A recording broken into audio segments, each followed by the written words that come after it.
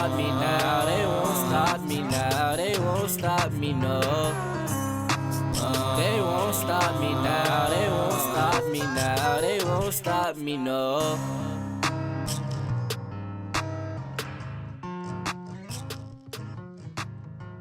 Hello and welcome to We Are Mighty. We Are Mighty is simply a journey through life with me, LaTanya Cross, aka Mighty's Mama. We'll explain that in a few minutes. And my new role. Why We Are Mighty? Because my son, Miles, my beloved son, his nickname was Mighty. And recently, just in the last 7 months, my son was killed.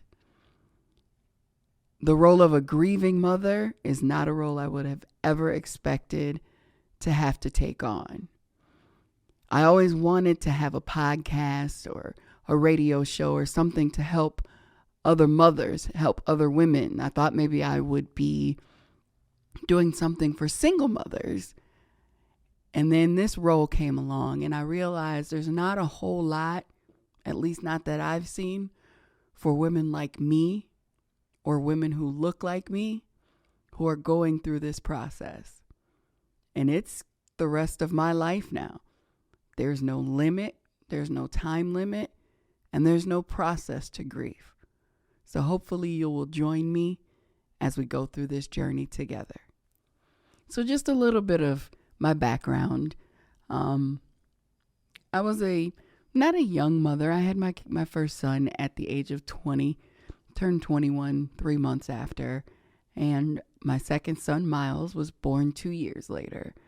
My boys were exactly 2 years and 2 weeks to the day apart. So as far as my oldest son goes, he doesn't remember life without his brother.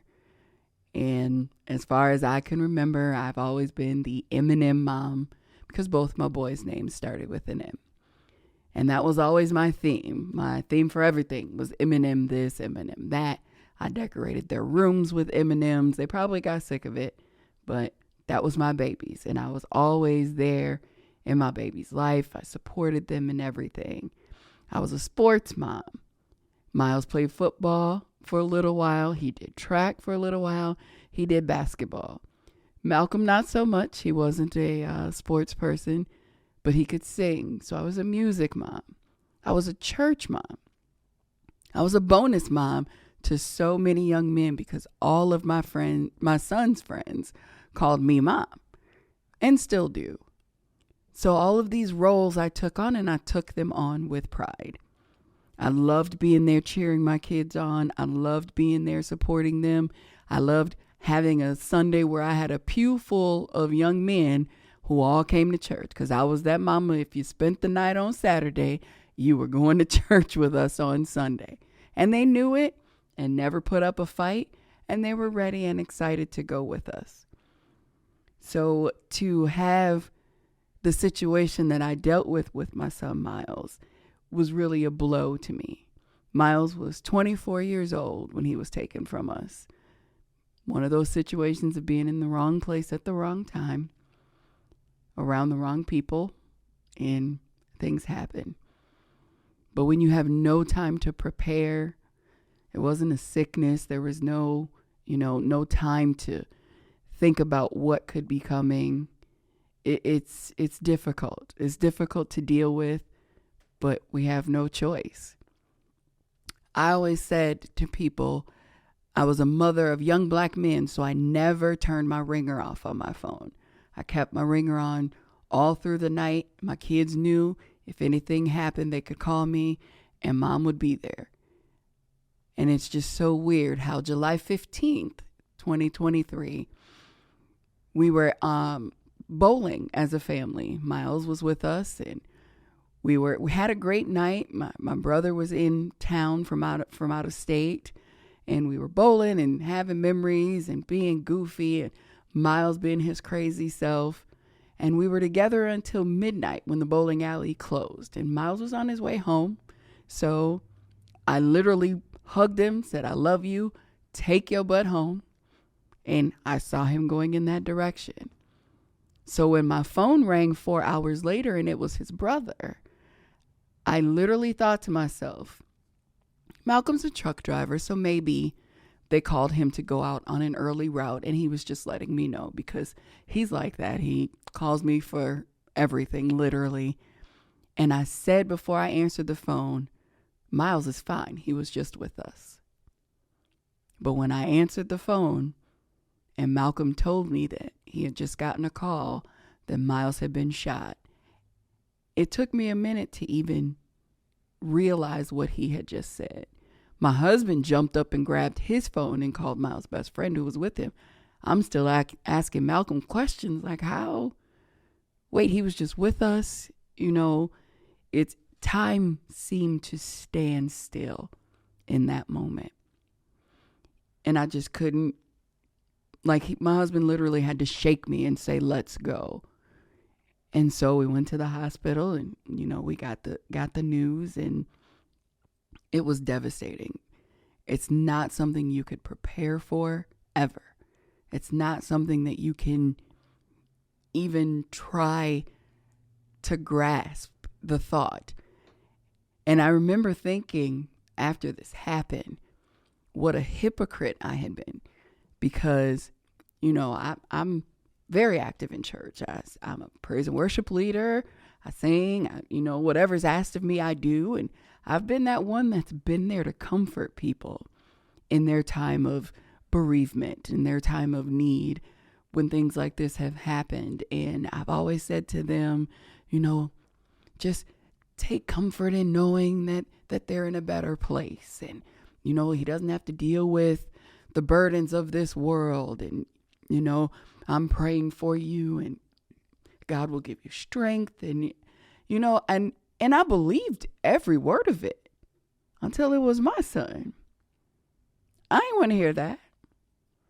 And it's crazy to say that, as much as I've been there for other people, but I did not want to hear that about my child. That ain't comforting me. Don't tell me where it's better.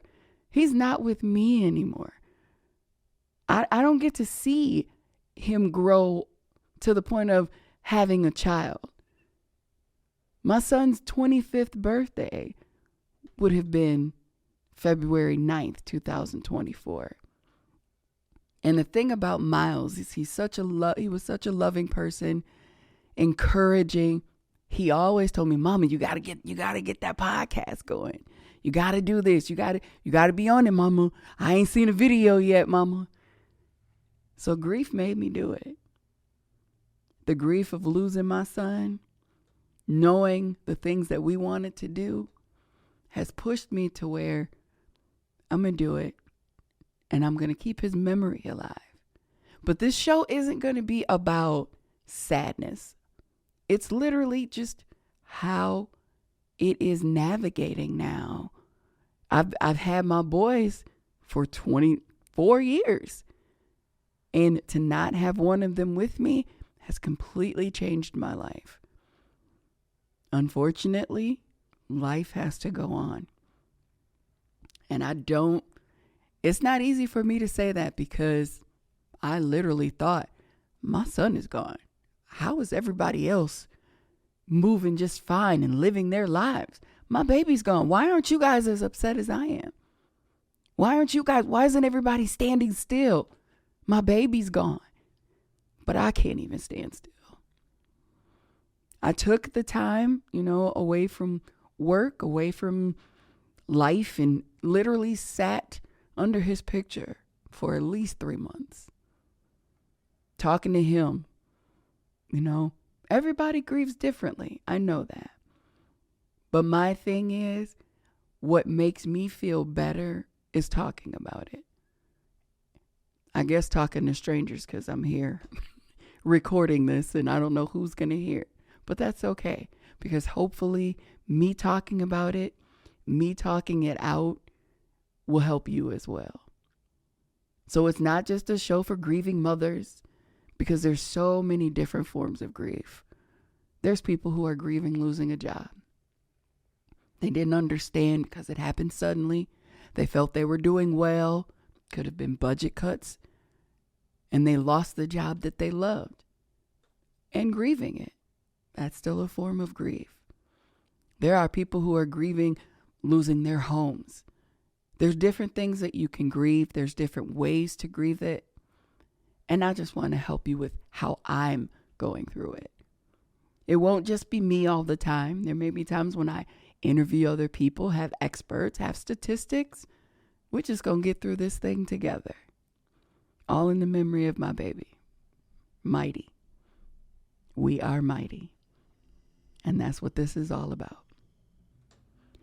So in dealing with my grief, I've had so many people who have told me to read this book or read that book or try journaling and do this. And this helped me. And some of the things that they suggested did help a little bit. One thing I've noticed, and one thing I would never say to another person who is dealing with the loss of a family member, is I know how you feel. Because honestly, I don't. I know what you're going through. I know the pain of loss, but I don't know how you feel. And I can't tell you how to feel. And even people who have come to me, and even people who have lost their son or daughter, and I know how you feel. You don't. Because if you and I don't have the same relationship with our sons and daughters, and your son or daughter isn't taken away the same way, you don't know how I feel. And I understand that is something that people say as a form of comfort.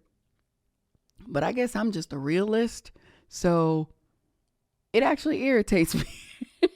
It irritates me when people say that to me. Oh, I know how you feel because my grandmother. No, sorry. You don't know how I feel. I know how you feel, my sister. No, even if it's someone who was like a son to you. You can never say you know how I feel. I had a friend who her sister had lost her son. And my friend told her sister, hey, reach out to Tanya because you know how she feels because you lost a son like she did. And her sister told her, no, I don't know how she feels. My son died in a completely different way. Her son was taken from her. And that's how I feel. My baby was taken from me. And even if your baby was taken from you, I know what you're going through, but I'll never tell you that I know how you feel. And that's not a bad thing. It's not bad to not know how you feel. It's not bad to not know how I feel. A lot of times when someone is willing to open up to you about a situation such as losing a loved one and how they're feeling in that moment, it's not necessarily a time to compare feelings, compare notes. They may just need you to listen.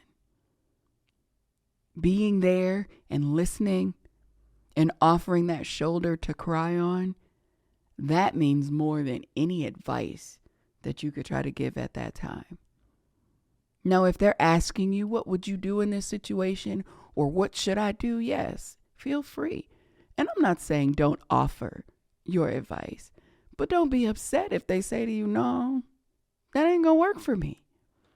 My issue with a lot of the self-help books that people have gifted me or given me or suggested to me, I'm reading these books and it's a lot of generic stuff.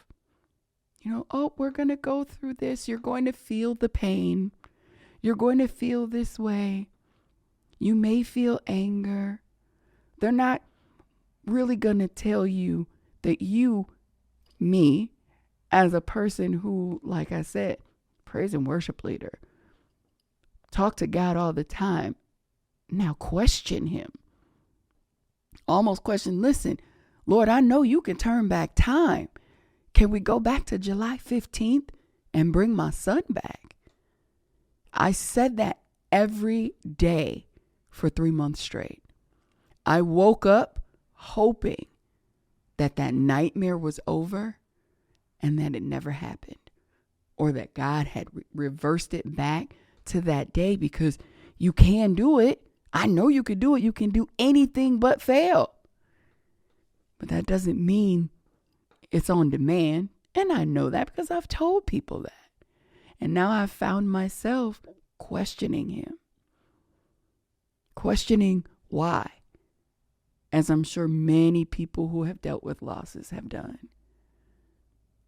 So I'm still struggling with that.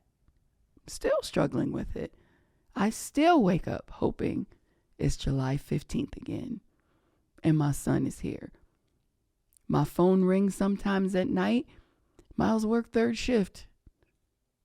Maybe it's him calling me on his lunch break. I know he's not here, but still for a split second. I said that I would put in each episode what I call a brief grief moment, just to give you a glimpse at some of the things that happen with me that I feel are just, I guess, out of the ordinary, and maybe they're not. It's just this whole thing is out of the ordinary for me. So just something that I experienced in the past week or two, since the last episode. And for this week, it was interesting. Last week I was driving. I had our youngest son is 17 or 18. And I had just picked up some medication for him. He had knee surgery. And driving down the street, I felt something behind my head. I later realized that it was the hood of my coat that wasn't back behind me. It was up on my headrest. But when I felt it, I reached back to try to figure out what was behind me. And somehow the folds of the hood kind of intertwined between my fingers. And for a split second, I saw my son and felt him holding my hand. This was driving down the street. I turned on the lights in the car. I'm looking in the back seat for him. I am freaking out driving down the street because I just had a quick flash of my baby, which of course had me in tears because it's unfair. It's unfair and it hurts so much. And I don't know if it'll ever hurt any less. I just have to, at some point, learn to cope. I'm trying. I really am. It's just not easy. I don't think it would be easy for any mother. I'm not saying I'm better than anybody. I'm not saying I'm different than anybody. I'm just telling you what I'm dealing with. My life will never be the same. My family's life will never be the same. You hear people say, oh, he was the life of the party. He was. He was such a character. He'd call me on the phone, Mama, give me a word. The very first time he did it, I said orange. And he said, why would you say that? Of course, I didn't know he wanted me to give him a word to try to create a rap to. So he couldn't think of anything to rhyme with orange. But randomly, Mama, give me a word. And he'd go through a 30-second freestyle. And he just, I don't know. It's hard. It's hard without him.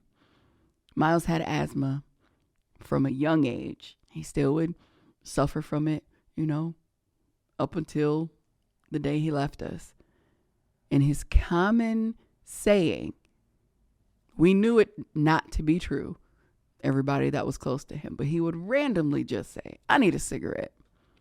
Now we know he didn't smoke, but it would just be so funny that he would say it, like he would do it just in moments where it's too calm or it's too quiet to just break up the monotony. I need a cigarette. And then of course I'm looking at him like, yeah, you're not going to smoke that. But that was just his running joke. There's so many little quips and moments that I can share. And I'm sure over the course of this show, I'll share some of them with you because I hold him right here. They called him Mighty from a very young age playing football. Smallest thing out there on the field, but he would go after the biggest guy. Of course, he was on defense. Go after him, tackle him like it was nothing. And they would look at that little boy like, where did he come from? And then he became small but mighty. And that just mighty stuck with him. And they even called him Mighty Mouse sometimes. And he'd show up at the house, mighty up in this piece. I miss him so much. I really do.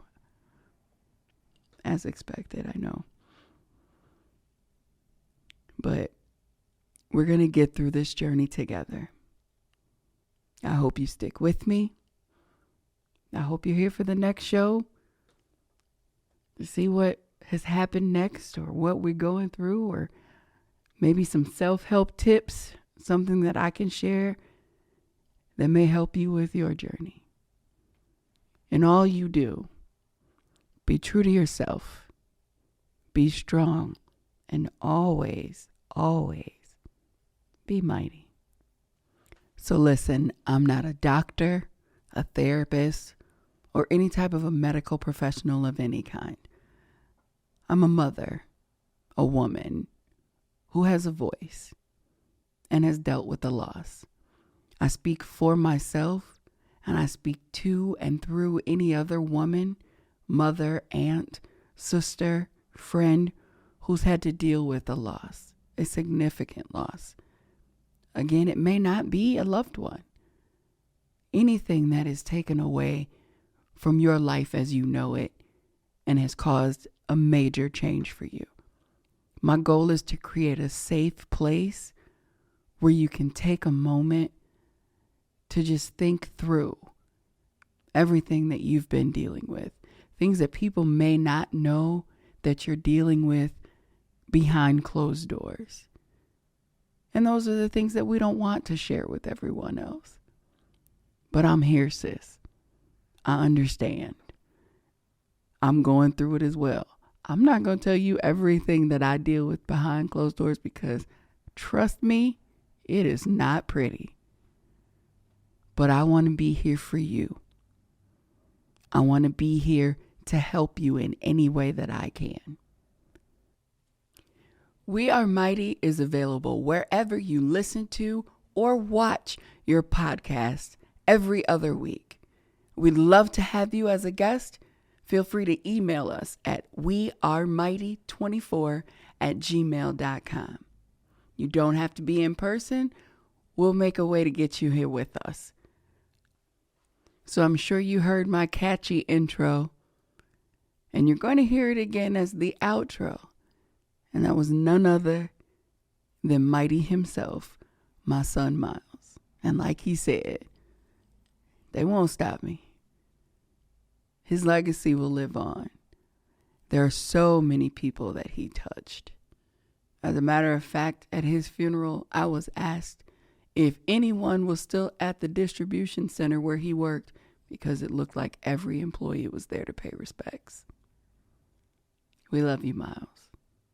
We love you, Mighty. They won't stop me now, they won't stop me now, they won't stop me, no. They won't stop me now, they won't stop me now, they won't stop me, no.